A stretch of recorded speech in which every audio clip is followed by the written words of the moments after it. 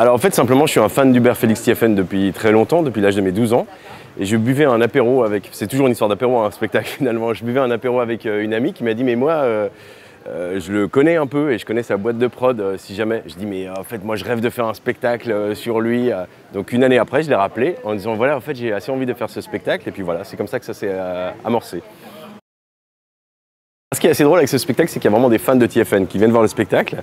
Donc ils arrivent avec le t-shirt TFN et ils ont l'impression que c'est eux, donc ils se donnent pas mal de coups de coude comme ça. Souvent je les vois dans le public en disant mais regarde, c'est exactement nous. Et puis surtout ils chantent en fait, ils connaissent les chansons en fait. Donc, ce qui est intéressant, c'est qu'il y a des spectateurs qui ne sont pas spécialement habitués à venir du théâtre en fait, qui viennent uniquement parce qu'ils connaissent la chanson.